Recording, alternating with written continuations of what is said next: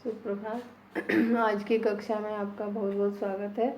आज मैं आपको भारत की खोज का पाठ 4 युगों के दौर का आगे का अंश पढ़ाने जा रही हूँ। सर्वप्रथम पुनरावृत्ति करवा देती हूँ।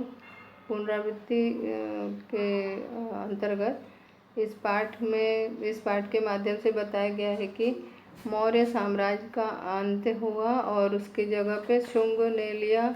शुंग के बाद हूण आए और इस प्रकार अलग अलग विदेशी शासक आते गए और भारत पर अपना कब्जा जमाते गए। और भारत में जो साम्राज्यवाद था वो हिंदुत्ववादी था और वो अपना वर्चस्व बनाए रखा था। और उसके बाद जो है उसमें विदेशी भी आके जज्ब होते गए। उन्होंने हिंदुत्व को अपनाया, बौद्ध धर्म को अपनाया और इस प्रकार गुप्त वंश के शासक बालादित्य ने उसे छोड़ दिया। जो एक विदेशी शासक आया था यशोवर्धन के नेतृत्व में संगठित होकर नए आक्रमणकारियों ने गोरे हूणों पर हमला कर दिया और उनके सरदार मिहिर गुल को बंदी बना लिया। गुप्त वंश के शासक बालादित्य ने उन्हें छोड़ दिया जो उसे भारी पड़ा और उसके बाद मिहिर गुल ने फिर कपटता से भारत पर आक्रमण कर दिया। हूणों का शासन लगभग 50 वर्ष तक चला। इसके बाद हूणों को पराजित कर कन्नौज के राजा हर्षवर्धन ने उत्तर से लेकर मध्य भारत तक एक शक्तिशाली राज्य की स्थापना की। वह कट्टर धर्म को बढ़ावा दिया। उसी के काल में प्रसिद्ध चीनी यात्री हुआनचांग भारत आया। हर्षवर्धन की मृत्यु 648 ईस्वी में हुई और इस समय एशिया और अफ्रीका में उसी के काल में फैलने के लिए इस्लाम अपना पांव पसार रहा था। अब हम आगे पढ़ते हैं। हर्षवर्धन कवि और नाटककार था। उसने अपने दरबार में बहुत सारे कलाकारों और कवियों को इकट्ठा किया था और अपनी राजधानी उज्जैनी को सांस्कृतिक गतिविधियों का प्रसिद्ध केंद्र बनाया था। हर्ष की मृत्यु 648 ईस्वी में हुई। यह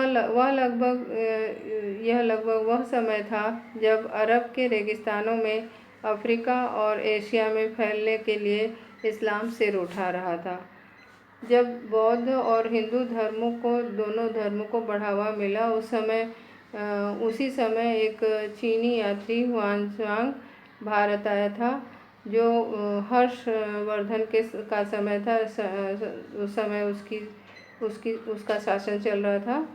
तो हर्षवर्धन जो है एक कवि और नाटककार भी था।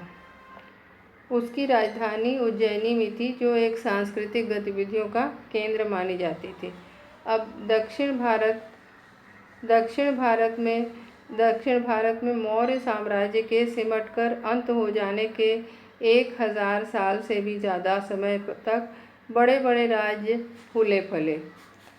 जब दक्षिण भारत में मौर्य साम्राज्य सिमट गया और सिमटकर उसका अंत हो गया तो उसके 1000 साल से भी ज़्यादा समय तक बहुत बड़े बड़े राज्य फले फूले और अपना आधिपत्य बढ़ाते रहे, जमाते रहे।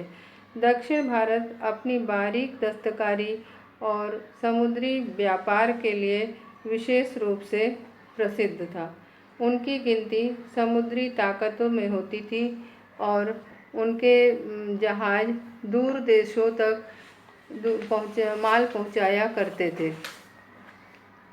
वहाँ यूनानियों की बस्तियाँ थीं और रोमन सिक्के भी वहाँ पर पाए जाते थे। ये कह रहे हैं कि दक्षिण भारत में जब मौर्य साम्राज्य सिमट गया और उसका अंत हो गया तो 1000 साल तक 1000 साल से ज़्यादा समय तक अन्य राज्य इसमें फूले फले।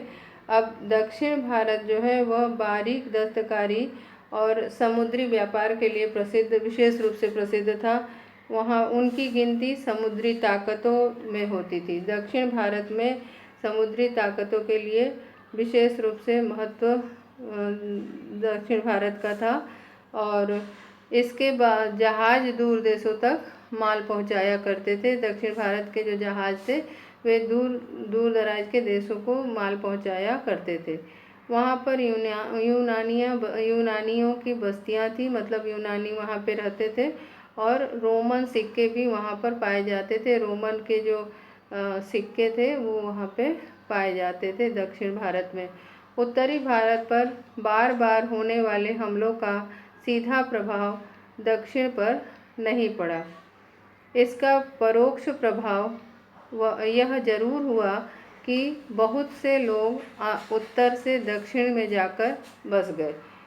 यहाँ लेखक ये कहते हैं कि उत्तरी भारत पर बार बार जो हमले हो रहे थे उसका प्रभाव दक्षिण भारत पर नहीं पड़ा, परंतु परोक्ष रूप से इसका प्रभाव पड़ा। परोक्ष मतलब कि पीछे, मतलब उसका अर्थ ये है कि सामने से मैंने एकदम पूरा असर नहीं पड़ा, उसका प्रभाव नहीं पड़ा, बल्कि कुछ न कुछ उसका असर दूर से अवश्य पड़ा। बहुत से लोग उत्तर से दक्षिण में जाकर बस गए। इसका कारण ये था कि वहाँ पे जो रोज़ रोज़ विदेशी हमले हुआ करते थे उसके प्रभाव से बहुत सारे लोग दक्षिण में जाकर बस गए। इन लोगों में राजगीर, शिल्पी और कारीगर भी शामिल थे। इस प्रकार दक्षिण पुरानी कलात्मक परंपरा का केंद्र बन गया और उत्तर उन नई धाराओं से अधिक प्रभावित हुआ जो आक्रमणकारी अपने साथ लाए थे। इस प्रकार भारत के उत्तरी भाग में अलग तरह का विकास हुआ और दक्षिणी भाग में अलग तरह का विकास हुआ। दक्षिणी भाग में जो इधर से लोग भाग के, जब विदेशी आक्रमणों के कारण जो उत्तर से भाग के दक्षिण की ओर जाकर बसे, उसमें राजगीर यानी कि जो ईंटें जोड़ने का कार्य करते हैं, घर बनाने का कार्य करते हैं, शिल्पी यानी कलाकार, कारीगर, विभिन्न तरह के हाथ के कार्य करने वाले लोग शामिल थे। इस प्रकार इसका फल ये हुआ कि दक्षिण भारत में पुरानी कलात्मक परंपरा विकसित हुई और बढ़ती चली गई और यह पुरानी कलात्मक परंपरा का केंद्र बन गया। और उत्तर भारत में जो नई धाराओं ने प्रभावित किया, इसका कारण ये है कि विदेशी जो आक्रमणकारी आए वे अपने साथ जो कुछ लेके आए उसका प्रभाव उत्तर भारत पे पड़ा। तो उत्तर भारत में एक नई धारा का विकास हुआ और दक्षिण भारत में पुरानी कलात्मक परंपरा का विकास हुआ। शांतिपूर्ण विकास और युद्ध के तरीके।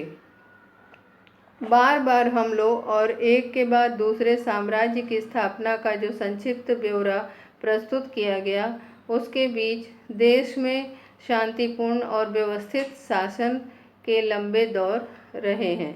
मौर्य, कुषाण, गुप्त और दक्षिण में आंध्र, चालुक्य, राजपूत के अलावा और भी राज्य ऐसे हैं जो 200-300 वर्षों तक कायम रहे।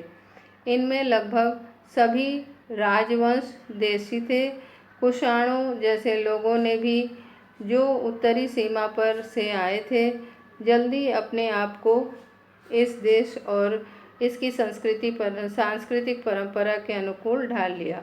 अब लेखक यहाँ ये कहते हैं कि बार बार जो हमले होते रहे हैं भारत में, उन हमलों और एक के बाद एक जो दूसरे अलग अलग साम्राज्य की स्थापना होती गई है, जो विदेशी आक्रमणकारी आए, हमले किए और उसके बाद उनका जो साम्राज्य स्थापित होता गया, उसका संक्षिप्त ब्यौरा यहाँ पे लेखा जोखा यहाँ पे प्रस्तुत किया गया है। और उसके बीच देश में शांतिपूर्ण और व्यवस्थित शासन, ये आक्रमण भले ही होते रहे परंतु देश में जो है शांतिपूर्ण और व्यवस्थित शासन का एक लंबा दौर चलता रहा। मौर्य, कुषाण, गुप्त और दक्षिण, यहाँ पे उत्तर भारत में मौर्य, कुषाण और गुप्त राजवंश और दक्षिण भारत में आंध्र, चालुक्य और राष्ट्रकूट के अलावा अन्य राज्य ऐसे हैं जो 2-2, 3-3 सौ वर्षों तक कायम रहे। यहाँ पे बोल रहे हैं कि शासन जो है यहाँ पे कुछ शासकों का 2-2, 3-3 सौ वर्ष पुराना रहा। 200-300 साल तक उनका शासन काल कायम रहा। इसमें लगभग सभी राजवंश देशी थे जो यहाँ पे शासन किए इतने दिनों तक। उन सभी में सारे राजवंश जो थे वो देशी थे, माने इसी देश के थे, कोई विदेशी नहीं था। कुषाणों जैसे लोगों ने भी जो उत्तरी सीमा पार करके आए थे, जल्दी अपने आप को इस देश और इसकी सांस्कृतिक परंपरा के अनुकूल ढाल लिया। करें कि कुषाण जो जाति के लोग थे, जो विदेशी उत्तरी सीमा पार करके आए थे भारत में, उन्होंने भी अपने को इस देश की जो सांस्कृतिक परंपरा है उसके अनुरूप ढाल लिया। अब सांस्कृतिक शब्द में संस्कृति शब्द है, इक प्रत्यय है। सांस्कृतिक शब्द में सांस्कृतिक शब्द है, इसमें संस्कृति शब्द है, मूल शब्द संस्कृति और इक प्रत्यय है। सांस्कृतिक शब्द में मूल शब्द है संस्कृति और एक प्रत्यय है। तो कह रहे हैं कि कुषाण जो भारत की उत्तरी सीमा पार करके भारत में आए थे, उन्होंने अपने आप को इस देश की जो सांस्कृतिक परंपरा उसके अनुरूप अपने आप को ढाल लिया, मतलब उसी में वो ढल गए, अपने आप को जज्ब कर लिया। इस इतिहास के व्यापक सर्वेक्षण से इस बात का संकेत मिलता है कि यहाँ शांतिपूर्ण और व्यवस्थित जीवन के लंबे दौर यूरोप की तुलना में कहीं अधिक हैं। लेखक यहाँ ये कहते हैं कि ये इतिहास यदि इसका व्यापक सर्वेक्षण किया जाए, सर्वेक्षण मतलब यदि ध्यान से देखा जाए, जांच पड़ताल किया जाए, तो कह रहे हैं कि इसका जो दौर था, इसका जो ये निश्चित रूप से शांतिपूर्ण और व्यवस्थित जीवन यहाँ पे था और यह लंबे समय तक चला। यूरोप की तुलना में ये अधिक दिन तक चला। यूरोप के जो शासन है उनकी तुलना में यहाँ पे ये शांतिपूर्ण और व्यवस्थित जीवन काफ़ी दिनों तक इसका दौर चलता रहा। यह धारणा भ्रामक है। भ्रामक माने भ्रम के योग्य, भ्रामक यानी कि भ्रम पैदा करने वाली,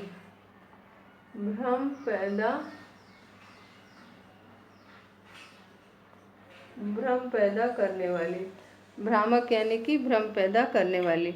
लेखक क्या कहते हैं कि यह धारणा भ्रामक है कि अंग्रेजी राज्य ने पहली बार भारत में शांति और व्यवस्था कायम की।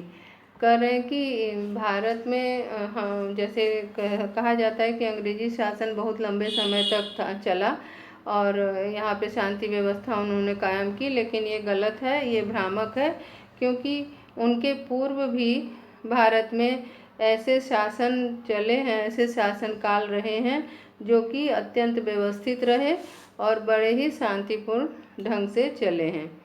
अलबत्ता यह सही है कि जब भारत में अंग्रेजी शासन कायम हुआ उस समय देश अवनति की पराकाष्ठा पे था।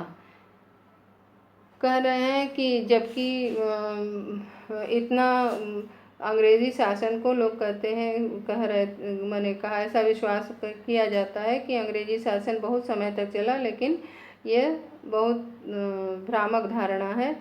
बल्कि अलबत्ता का अर्थ होता है बल्कि ये सही है कि इस समय जो भारत में अंग्रेजी शासन कायम हुआ, उस समय की उस समय जब भारत में अंग्रेजी शासन था तो हमारा देश जो है अवनति यानी कि उन्नति का विलोम है। अवनति मतलब नीचे की ओर गिरता चला गया, उसका पतन होता गया। अवनति यानी पतन। और पराकाष्ठा मतलब चरम सीमा। अवनति का अर्थ है पतन और ये उन्नति का विलोम है। और पराकाष्ठा का अर्थ है चरम सीमा।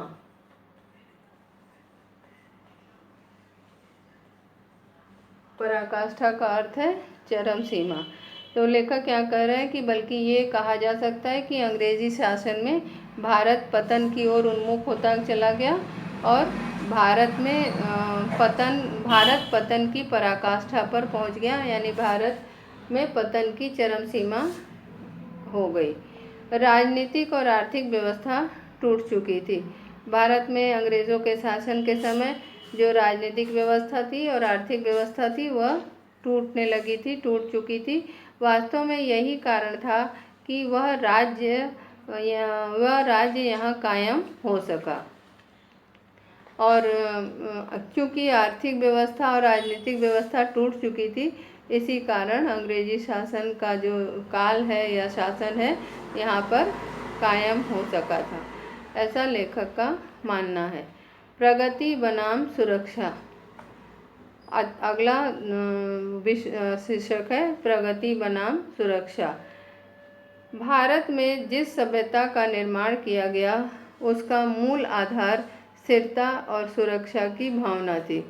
लेखक यहाँ ये कहते हैं कि भारत में जिस सभ्यता का विकास हुआ, जिस सभ्यता का निर्माण हुआ, उस सभ्यता का मूल आधार था उसकी स्थिरता और उसके अंदर व्याप्त सुरक्षा की भावना। भारत के अंदर जो शासन सभ्यता का जिस सभ्यता का निर्माण हुआ उसके मूल में था, उसका मूल जो है स्थिरता, उसके मूल में स्थिरता और सुरक्षा की भावना ही मुख्य थी। इस दृष्टि से वह उन तमाम सभ्यताओं से कहीं अधिक सफल रही जिसका उदय पश्चिम में हुआ था। लेखक कहते हैं कि इस दृष्टि से यदि देखा जाए तो ये यहाँ पे जो सभ्यता थी उन सभ्यताओं से ज़्यादा अधिक सफल थी, जो कि जिनका उदय यानी कि प्रारंभ पश्चिम में हुआ था। पश्चिमी देशों में जिन सभ्यता का उदय हुआ था, प्रारंभ हुआ था, उससे ज़्यादा यह सभ्यता जो है यहाँ पे जो सभ्यता जिस सभ्यता का यहाँ निर्माण हुआ वो अधिक सफल रही। वर्ण व्यवस्था और संयुक्त परिवारों पर आधारित सामाजिक ढांचे ने इस उद्देश्य को पूरा करने में सहायता की। भारत में वर्ण व्यवस्था शुरू से लागू थी, तो कह रहे हैं कि वर्ण व्यवस्था और संयुक्त परिवार की जो नींव थी भारत की, वो उस पर आधारित जो सामाजिक ढांचा हमारे देश का था, इस उद्देश्य को पूरा करने में उसने बहुत सहायता की। संयुक्त परिवार का जो ढांचा था हमारे देश में और यहाँ पे व्याप्त जो वर्ण व्यवस्था की परंपरा थी, उसने इस उद्देश्य को बहुत अच्छे से पूरा किया। इस उद्देश्य को पूरा करने में उसने सहायता की। यह व्यवस्था अच्छे बुरे के भेद को मिटाकर सबको एक स्तर पर ले आती है। और इस व्यवस्था की ये अच्छाई है कि ये अच्छे बुरे का भेद मिटा देती है और सभी को एक स्तर पे, सभी की गणना, सभी में समानता का भाव भर देती है। सभी समान रूप से देखे जाते हैं, ये सभी को एक स्तर में ले आती है। और इस तरह व्यक्तिवाद की भूमिका इसमें बहुत कम रह जाती है। और जब व्यक्ति एक जैसा हो जाता है, एक स्तर पे आ जाता है, तो व्यक्तिवाद माने किसी व्यक्ति विशेष के बारे में या व्यक्ति विशेष की भूमिका इसमें बहुत कम रह जाती है। यह दिलचस्प बात है कि जहाँ भारतीय दर्शन अत्यधिक व्यक्तिवादी है और उसकी लगभग सारी चिंता व्यक्ति के विकास को लेकर है, वहाँ भारत का सामाजिक ढांचा सामुदायिक था और उसमें सामाजिक और सामुदायिक रीति रिवाजों पर कड़ाई से पालन करना पड़ता था। यह दिलचस्प बात है। दिलचस्प यानी कि रुचिकर। दिलचस्प यानी कि रुचिकर। दिलचस्प यानी कि रुचिकर। ये बहुत रुचिकर बात है कि जहाँ भारत में ऐसा करें कि यहाँ पे ये बहुत दिलचस्प बात है कि जहाँ भारत में दर्शन अत्यधिक व्यक्तिवादी है, माने भारतीय दर्शन जो है वो बहुत व्यक्तिवादी है, फिर भी जो इसकी सारी चिंता है वह व्यक्ति के विकास को लेकर है। वहाँ भारत का सामाजिक ढांचा सामुदायिक है। भारत का जो सामाजिक ढांचा है, भारत में जो समाज व्यवस्था है वह सामुदायिक है। मतलब लोग जो है समुदाय में रहना पसंद करते हैं, परिवार सामूहिक परिवार में, सामूहिक रूप से परिवार में रहना पसंद करते हैं। उसमें सामाजिक और सामुदायिक रीति रिवाजों का बहुत कड़ाई से पालन करना पड़ता है। और भारत की जो सामुदायिक व्यवस्था है उसमें सामाजिक रीति रिवाजों का कड़ाई से पालन करना पड़ता है। यह एक रुचिकर बात है, ये जानने योग्य बात है। इस सारी पाबंदी के बावजूद पूरे समुदाय को लेकर बहुत लचीलापन भी था। इतनी सारी कड़ाइयों के बावजूद भारत में समुदाय को लेकर एक लचीलापन भी था, यानी कि उसमें छूट भी थी थोड़ी। और ऐसा कोई कानून या सामाजिक नियम नहीं था जिसे रीति रिवाज से बदला न जा सके। यानी कि इतनी छूट थी कि लोग सामाजिक नियम को रीति रिवाज से बदल सकते थे। यह भी संभव था कि नए समुदाय अपने अलग अलग रीति रिवाजों, विश्वासों और जीवन व्यवहार को बनाए रखकर बड़े सामाजिक संगठन के अंग बने रहे। इसी लचीलेपन ने विदेशी तत्वों को आत्मसात करने में सहायता की। यह भी संभव था कि नए समुदाय अपने अलग अलग रीति रिवाजों, विश्वासों और जीवन व्यवहार को बनाए रखकर बड़े सामाजिक संगठन के अंग बन रहे। मतलब बाहर से जो आए थे आक्रमणकारी, वे यहाँ पे जब शासन करने लगे तो उनके जो रीति रिवाज थे, उनके जो विश्वास थे, उनके जीवन व्यवहार का जो व्यवहार था, उन सारे व्यवहारों को यहाँ पे वे बनाए रखकर यहाँ की सामाजिक संगठन के अंग बनकर रह सकते थे। ये यहाँ के समुदाय, यहाँ की परंपरा का लचीलापन था। इसी लचीलेपन ने विदेशी तत्वों को आत्मसात करने में सहायता की। और ये भारत की जो लचीलापन था, यानी भारत की जो बहुत कट्टरता नहीं थी किसी विचार पर, बहुत कट्टरता से जो ये किसी बात पर अडिग नहीं रहते थे, तो उसका ही फल रहा कि विदेशी तत्वों को भी यहाँ के लोगों ने विदेशी रीति रिवाजों को, उसके तत्वों को यहाँ के लोगों ने आत्मसात किया और उसे लोगों को आत्मसात करने में सहायता मिली। समन्वय केवल भारत में बाहर से आने वाले विभिन्न तत्वों के साथ नहीं किया गया, बल्कि व्यक्ति के बाहरी और भीतरी जीवन तथा मनुष्य और प्रकृति के बीच भी समन्वय करने का प्रयास दिखाई पड़ता है। भारत का पुराना इतिहास यदि देखें तो जो समन्वय की भावना है, समन्वय यानी कि सामंजस्य केवल भारत में बाहर से आने वालों के साथ ही नहीं किया गया। भारत में जो बाहर से आक्रमणकारी आए, उनके जो विभिन्न तत्व थे, जो रीति रिवाज, जो सांस्कृतिक परंपरा थी, उन्हीं के साथ समन्वय नहीं किया गया, सामंजस्य स्थापित नहीं किया गया, बल्कि व्यक्ति जो बाहरी और भीतरी जीवन तथा मनुष्य और प्रकृति के बीच भी यहाँ पे समन्वय का प्रयास किया गया। समन्वय का प्रयास करते हुए यहाँ के लोगों को देखा गया। यहाँ पे केवल बाहरी लोगों के विभिन्न तत्वों के साथ ही समन्वय नहीं किया गया, बल्कि भारतीय जीवन और मनुष्य और प्रकृति के बीच भी समन्वय की भावना दिखाई देती है।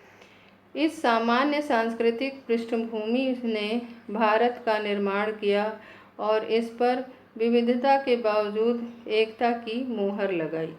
और इस जो विचारधारा थी, इस विचारधारा को अपनाते हुए यहाँ की जो सांस्कृतिक पृष्ठभूमि है उसने भारत का निर्माण किया। और इस भारत में विविधता के बावजूद एकता की मुहर लगाई, यानी यहाँ पे विविधता होते हुए भी सर्वत्र एकता के दर्शन होते हैं। राजनीतिक ढांचे के मूल में स्वशासी ग्राम व्यवस्था थी। राजनीतिक ढांचा यदि देखा जाए तो यहाँ पे स्वशासी माने अपना शासन करने वाले ग्राम की व्यवस्था थी। गांव में अपना शासन चलता था, राजा आते जाते रहे, पर यह व्यवस्था नींव की तरह कायम थी। यहाँ राजतंत्र स्थापित था और राजा बदलते रहते थे, परंतु ये व्यवस्था नहीं बदलती थी। जिस प्रकार नींव एक जगह टिकी होती है, उसी तरह से ये राजतंत्र भी, राजा की व्यवस्था जो है वह कायम रही। बाहर से आने वाले नए लोग इस ढांचे में सिर्फ सतही हलचल पैदा करते थे। सतही हलचल, सतह यानी कि धरातली, मतलब धरातल, जो बाहर से आते थे वो खाली थोड़ा सा हलचल पैदा कर देते थे, परंतु यहाँ की जो सोच थी, यहाँ की भावना, यहाँ की सांस्कृतिक परंपरा वो नहीं बदल पाते थे। राजा सत्ता चाहे देखने में कितनी निरंकुश लगती हो, रीति रिवाजों और वैधानिक बंधनों से कुछ इस तरह नियंत्रित रहती थी कि कोई शासक ग्राम समुदाय के सामान्य और विशेषाधिकारों में आसानी से दखल नहीं दे सकता था। कह रहे हैं कि यहाँ पे सत्ता के जो शासक थे वे भले ही निरंकुश हो, निरंकुश यानी कि जो किसी जिन पर कोई लगाम न हो, निरंकुश जो अपनी मनमानी करें, तो भले ही सत्ता का जो प्रशासन करने वाले निरंकुश हो, परंतु यहाँ पे रीति रिवाजों का और वैधानिक बंधन इतना सख्त था कि वह इस प्रकार लोगों को नियंत्रित कर देता था कि कोई भी शासक चाहे कैसा भी निरंकुश हो, वह ग्राम समुदाय या उनके जो विशेष अधिकार हैं उनको आसानी से उनमें दखल नहीं कर सकता था, यानी कि वह अपनी मनमानी नहीं कर सकता था, चाहे कितना भी वह निरंकुश हो। इस प्रचलित अधिकारों के तहत सामुदायिक और व्यक्तित्व दोनों की स्वतंत्रता एक हद तक सुरक्षित रहती थी। यहाँ ये बता रहे हैं कि जो ये प्रचलित अधिकार था, यहाँ पे अधिकार कुछ मिले हुए थे। अधिकारों के तहत समुदाय और व्यक्तित्व दोनों की जो स्वतंत्रता थी, वह स्वतंत्रता एक हद तक देखा जाए तो वह सुरक्षित थी। उसमें किसी तरह का लोग बदलाव नहीं कर सकते थे। ऐसा लगता है कि ऐसे हर तत्व ने जो बाहर से भारत में आया और जिसे भारत ने जज्ब कर लिया, भारत को कुछ दिया और उससे कुछ लिया। ऐसा प्रतीत होता है कि जो ऐसे कुछ तत्व जो बाहर से आए, जो भारत में आकर रहे और भारत ने जिसे आत्मसात किया, जज्ब किया माने ग्रहण किया, अपनाया। जज्ब किया, यहाँ पे जज्ब का अर्थ लिखा हुआ, जज्ब यानी कि अधिकार, उसको अपनाना। तो भारत से जो विदेशी शासक आए, उन्होंने यहाँ पे जिन तत्वों को वे अपने साथ लेके आए और उनको भारत ने जो अपनाया, भारत को उन्होंने कुछ दिया और भारत से उससे कुछ भारत ने लिया। वो यहाँ पे आकर के यहाँ की संस्कृति का ही एक अंग बन गया। जहाँ वह अलग अलग रहा, वहाँ वह अंततः नष्ट हो गया। और कभी कभी इस प्रक्रिया में उसने खुद को या भारत को नुकसान पहुंचाया।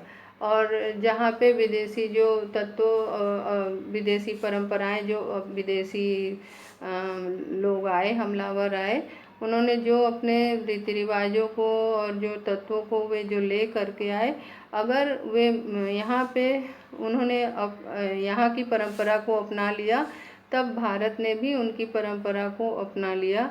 लेकिन जब वे अपने आप को अलग बना करके रखना चाहे, तो उसका अंतिम परिणाम यह हुआ कि वह अंत में नष्ट हो गया।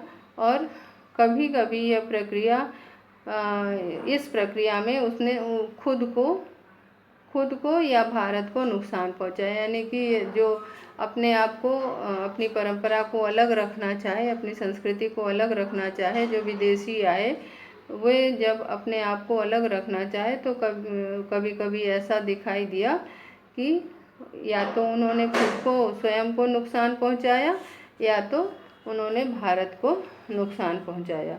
किंतु कुल मिलाकर के भारत ने विदेशियों के कई तत्वों को अपनाया और उनको अपने देश का अंग बना लिया, उसको अपना लिया। भारत का प्राचीन रंगमंच। भारतीय रंगमंच अपने मूल में संबद्ध विचारों में और अपने विश्वास में पूरी तरह स्वतंत्र था। इसका मूल उद्गम ऋग्वेद की उन ऋचाओं और संवादों में खोजा जा सकता है जिनमें एक हद तक नाटकीयता है। लेखक कह रहे हैं कि भारत में जो प्राचीन रंगमंच था वह अपने मूल में पूरी तरह से स्वतंत्र था। भारतीय रंगमंच अपने मूल में संबद्ध विचारों में और अपने विकास में पूरी तरह से स्वतंत्र था। और इसका मूल उद्गम यानी मूल उसका रूप जो विकसित हुआ था वह ऋग्वेद की ऋचाओं से विकसित हुआ था। ऋग्वेद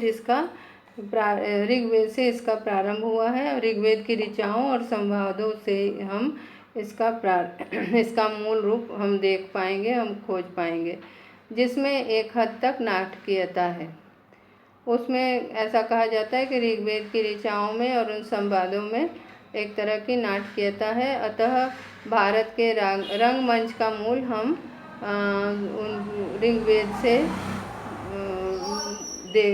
ऋग्वेद में पा सकते हैं। रामायण और महाभारत में नाटकों का उल्लेख मिलता है। रामायण और महाभारत नाम के जो भारतीय ग्रंथ हैं, भारत के ग्रंथ है, पौराणिक ग्रंथ है, इसमें नाटकीयता हमें देखने को मिलती है। कृष्ण लीला से संबंधित गीत, संगीत और नृत्य में इसने आकार ग्रहण करना आरंभ कर लिया। कृष्ण लीला संबंधी जो गीत संगीत है उसमें इस नाटकीयता ने अपना आकार ग्रहण कर लिया था। ईसा पूर्व 6वीं या 7वीं शताब्दी के महान वैयाकरण पाणिनि ने कुछ नाट्य रूपों का उल्लेख किया है। 6वीं शताब्दी और 7वीं शताब्दी के बीच होने वाले जो व्याकरणविद यानी पाणिनि जी ने नाट्य रूपों का इसमें अपने ग्रंथों में उल्लेख किया है। अब शेष अगली कक्षा में।